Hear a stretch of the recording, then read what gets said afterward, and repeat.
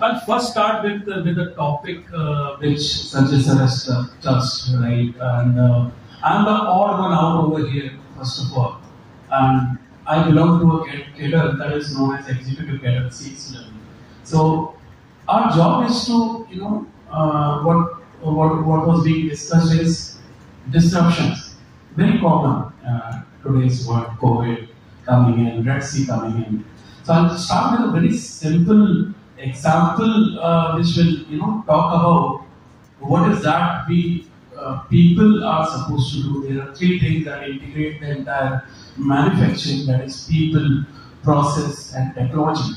So what we are supposed to do is that we are supposed to solve problems. Ravi Sharma, CEO ESL limited, steel limited, Vedanta. Sir, आज का CI का manufacturer conclave था, जिसमें ready to the future prove the manufacturing. तो sir, ये theme से जो आज कॉन्क्लेव हुआ, इसमें क्योंकि मैन्युफैक्चरिंग को बहुत अधिक कंपटीशन है, अभी ग्लोबल मार्केट भी पूरा है, तो सर क्या सजेशन देना चाहते हैं, क्या बोलना चाहते हैं जो छोटे छोटे मैन्युफैक्चरिंग? ये जो 11th मैन्युफैक्चरिंग कॉन्क्लेव CII ने ऑर्गेनाइज़ किया है, एंड इसका मुख्य उद्देश्य जो है वो यही है कि MSME को जो डिसरप्शंस आते हैं, जो प्रॉब्लम्स आती हैं, उसको कैसे उनसे निकलना है, उनके क्या सॉल्यूशंस हैं हमारे पास में, उसको हम लोगों ने शेयर किया। और क्या क्या, चाहे वो MSMEs हो, मीडियम स्केल, लार्ज स्केल जो इंडस्ट्रीज़ इंडिया में ऑपरेट करती हैं, उनको क्या क्या चैलेंजेस फ्यूचर में आने वाले हैं। और डेफिनेटली हमारी जो इकोनॉमी काफ़ी अच्छी है अभी, एंड प्रोग्रेस काफ़ी अच्छा है। आने वाले समय में किस तरह से हम लोग ग्लोबल लीडर बने, उसके बारे में चर्चाएं हुई। और अगर हम लोकल करंट मतलब सिनेरियो की बात करें कि क्या चैलेंज है, तो मुझे लगता है कि चैलेंज 2-3 चीज़ों का ही है। एक तो हमारी जो यंग फोर्स है, जो हमारे बच्चे हैं, युवा हैं, उनकी अपस्किलिंग पे हमको काम करना होगा। जैसे कि मैंने अपने संबोधन में भी कहा कि ITI और डिप्लोमा के जो हमारे करिकुलम हैं वो काफ़ी पुराने हो चुके हैं, आउटडेटेड हैं, उनको हमें अपग्रेड करना होगा, उनको लिंक करना होगा। और सिर्फ ITI और डिप्लोमा की बात भी नहीं है, हमारे जो इंजीनियरिंग कॉलेजेस के जो हमारे करिकुलम है, किस तरह से वो इंडस्ट्री के साथ लिंक हो सकते हैं, किस तरह से इंडस्ट्री और हमारे जो एजुकेशनल इंस्टीट्यूट्स हैं आपस में तालमेल के साथ कोलैबोरेट करके काम करें।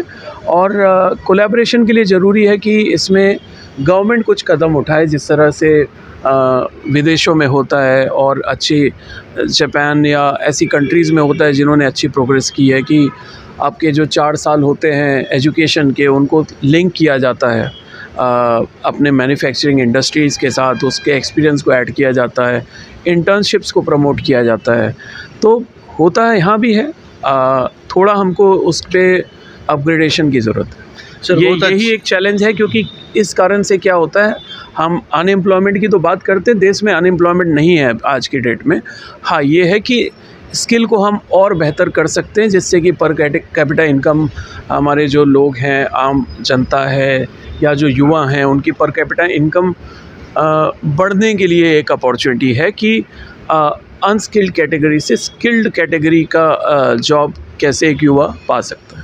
चलिए सर, ये CEO सभी का, टाटा स्टील, टाटा ग्रुप के भी CEO है नरुनकर, उनका भी यही कहना है कि हमको अनस्किल लेबर एम्प्लॉय नहीं मिलते हैं, और जो इन्फोसिस के सर हैं उनका भी कहना है और आपका भी कहना है। लेकिन सर, 20 साल आने वाले समय जो फ्यूचर में जो सबसे अधिक था कि future ready of the future manufacturing, 20 साल में सर गवर्नमेंट में, इंडिया में सर क्या क्या मार्केट फ्यूचर आने वाला है, उसके लिए कंपनी क्या क्या तैयारी कर रही है? बात इसमें कंपनी स्पेसिफिक नहीं है, पूरा देश है। हम लोग $7 ट्रिलियन की इकनॉमी बनना चाहते हैं 2047 तक, और ज़रूर बनेंगे। मैन्युफैक्चरिंग इंडस्ट्री का बहुत बड़ा योगदान होता है किसी भी देश की इकनॉमी के लिए। इसीलिए हम कहते हैं कि जैसे कि स्टील इंडस्ट्री है, एक नेशनल इम्पोर्टेंस की इंडस्ट्री है, इसमें मिलजुल के काम करना होगा, लोगों को समझना होगा कि किस तरह से हम इंडस्ट्री को अपनाएं, उनके साथ तालमेल के साथ काम करें। आपने अक्सर देखा होगा कुछ जगह पे एजिटेशन हो जाते हैं, जिसके कारण जो इंडस्ट्रीज़ हैं वो फ्लरिश नहीं कर पाती, कहीं इंडस्ट्री भी बंद हो जाती है, उद्योग बंद हो जाते हैं। तो विन विन है, एक तरह से एक दूसरे का सहयोग करके आगे बढ़ना है। और चैलेंजेस तो हर दिन नया आएगा, कभी कोविड आएगा, कभी हो सकता है सप्लाई और डिमांड के गैप्स होंगे। तो डिस्ट्रप्शंस आने के लिए मुझे नहीं लगता हमें कोई तैयारी करने की ज़रूरत है, वो उसी समय देखा जाता है।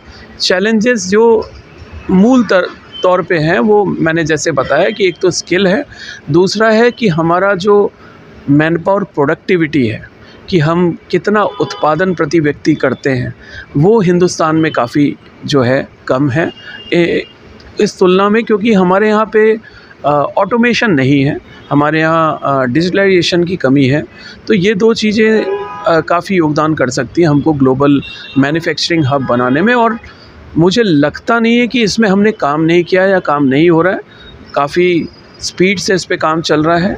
अभी आपने देखा होगा कि ये 3rd टर्म है हमारी जो करंट गवर्नमेंट है उसका, और इससे एक स्टेबिलिटी आती है पूरे देश में। और जो स्टेबिलिटी आई है, जो डिसीजंस हुए हैं, उसका डेफिनेटली जो असर है वो अपनी जीडीपी पे साफ साफ दिखाई देता है। और ओवरऑल मतलब पूरे वर्ल्ड इकोनॉमी में देखें तो हम अभी 5वें नंबर पे हैं और बहुत जल्दी हम 3रे नंबर पे पहुंच जाएंगे, इसकी मुझे पूरी उम्मीद है।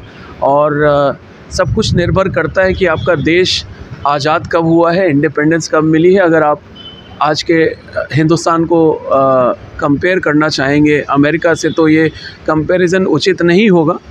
हमारा भी समय आएगा और बहुत जल्दी आने वाला। रेड कारपेट उस यंग स्टार के लिए है जो जॉब खोज रहे हैं। जॉब है, कंपनी बहुत अधिक ध्यान दे रही है, बस इसको फ़ायदा कैसे उठाना है, अपने आईटी और इंजीनियरिंग को रिसर्च R&D के साथ मिक्स कर देना है, और जो फ्यूचर कंपनी का जो रिक्वायरमेंट है उसके साथ अपने आप को मिलाना है। यही सोच, यही मिशन के लिए आज कॉन्क्लेव हुआ गया है। हमें लगता है कि इससे फ़ायदा सिर्फ CI को नहीं होगा, इससे फ़ायदा झारखंड इकोनॉमिक और इंडिया इकोनॉमिक को ज़रूर होगा।